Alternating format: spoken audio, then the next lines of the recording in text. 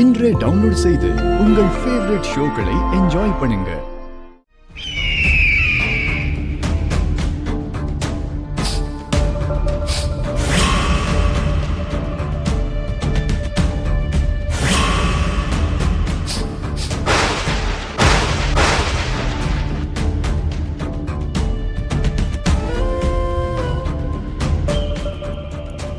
உனது ஆசையை நிறைவேற்ற நாளை 2 மனித சக்திகள் உன்னோடு சேர போகிறது. இந்த வீட்ல எனக்கு உதவ போற ஆளு யாரு? வெற்றி அடையறதுக்கு உதவ போற அந்த ஆளு யாரு?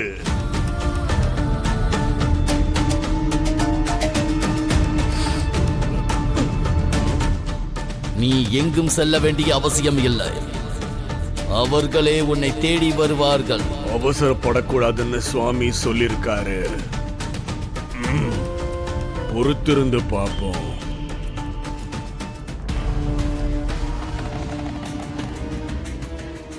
இந்த லாரிக்காரனே எனக்கு ப்ராப்ளம் ஆகி பிரச்சனை என் தலையில வந்து விழும் நான் எதிர்பார்க்கவே இல்லை. ஒருவேளை அவன் அமர்கிட்ட மாட்டே இருந்தா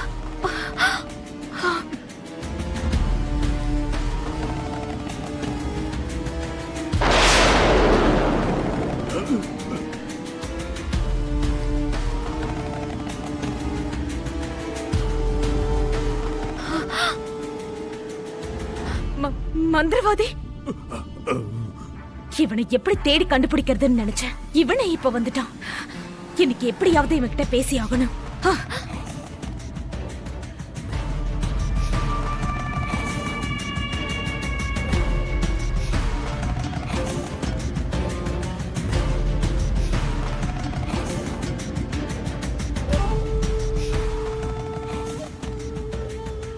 ஏய், நீ அன்னைக்கு எங்க வீட்டுக்கு வந்தல? இல்ல. வந்த? நீதான் எங்க வீட்டுக்கு வந்த? இல்ல. ஏன் நான் உன்கிட்ட பேசணும்?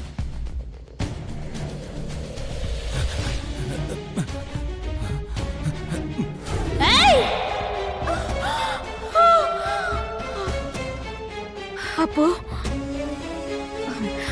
ஆறுதா? அது அது கண்டிப்பா ஆறுதா. ஆறு இன்னும் இங்கதான் இருக்கா. நான் என்ன நினைச்சாலும் நடக்காதது, என்னையும் அமரையும் சேர விடாம தடுக்கிறது. அப்ப அந்த ஆறுதான். உனக்கு அந்த வாய்ப்பை உருவாக்குனா நீ அந்த ஆத்மாவை பிடிச்சு கூட்டிட்டு போயிடுவியா?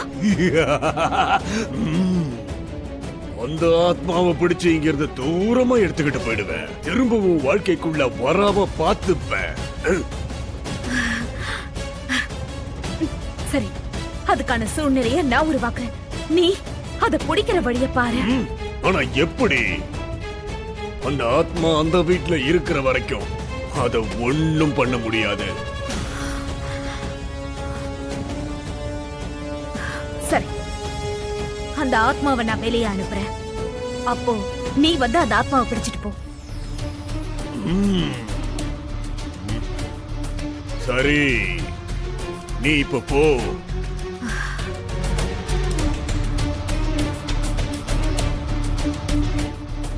தீய சக்திகள் கை கோர்க்குது. அவளை ஆபத்து வலை சுத்திருச்சு. பாலகிக்கு பல மடங்கு ஆபத்து அதிகமாகுது. இந்த தீய சக்திகள்ல இருந்தும் கெட்ட எண்ணங்கள்ல இருந்தும் பாலகி எப்படி தப்பிக்க போறாளோ?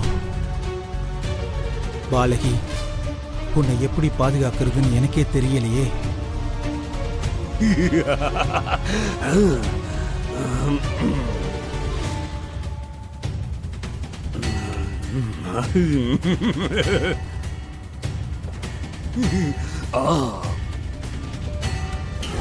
வீட்ல நிலைமை எதுவும் சரியில்லைக்கா. அப்பாவோட ஹெல்த் கூட சுத்தமா சரியில்லை.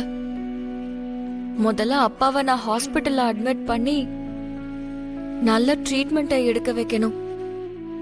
அவரோட ஹெல்த் சரியானதுக்கு அப்புறம் வீட்ல இருக்கிற நிலைமை எல்லாத்தையும் மாத்தி அதுக்கப்புறம் நான் கல்யாணத்தை பத்தி யோசிப்பேன்.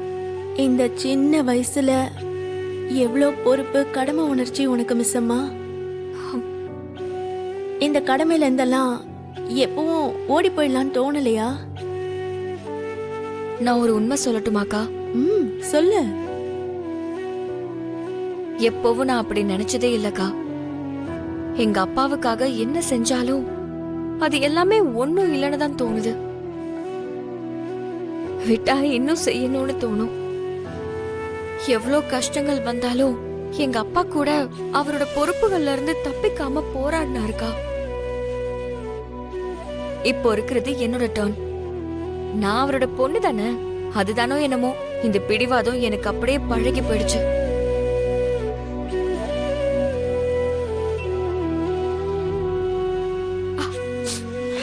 ஐயோ, நீங்க ஏதோ சும்மா பேசலான்னு வந்திருப்பீங்க. ஆனா நான் ஏதோ பேசிட்டு இருக்கேன். நேத்து அஞ்சு பாஸ் பண்ணிட்டாங்கிற ஹாப்பினஸ் கொஞ்சம் கூட இல்லாம போயிடுச்சு. அவர் கூட பேசுறதுக்காக நான் அந்த ரூமுக்கு போயிருக்கவே கூடாது. தேவையில்லாம உள்ள போய் மாட்டிக்கிட்டேன். சொல்லுங்கம்மா. அன்னைக்கு ராத்தோடு 4 ஆண்டிங்களை கூட்டிட்டு வந்து அவங்க எல்லாம் பக்கத்து வீட்டுக்காரங்க இல்லன்னு சொல்லும் போது என்ன பார்த்து நீங்க எல்லாரும் என்னெல்லாம் பேசுனீங்க?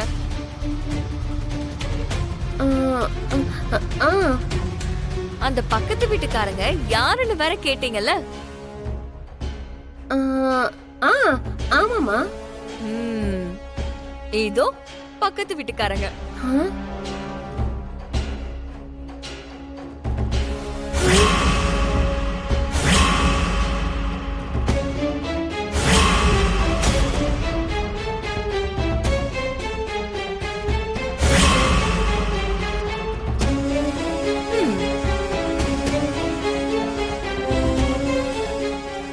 அக்கா, இதுதான் நீலா.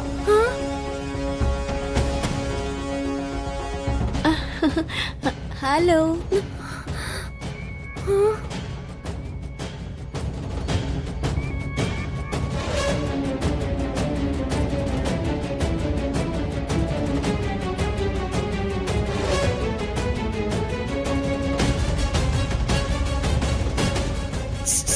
என்ன அப்படியே ஷாக்கா பாத்துட்டு இருக்க? அவங்களுக்கு ஹாய்னு சொல்லு. ஐயோ, இன்னைக்கு என் கதை க்ளோஸ். நீலா மிஸ் அம்மா கிட்ட யாருமே இல்லைன்னு சொல்ல போறா. ஐயோ,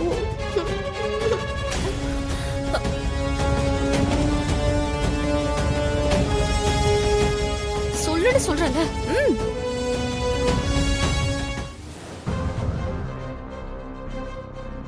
ஐயோ. வணக்கங்கம்மா.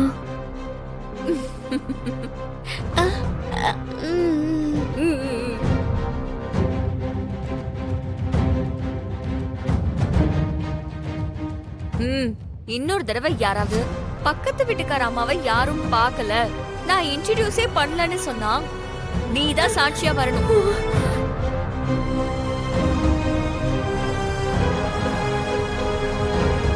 சரிங்கம்மா.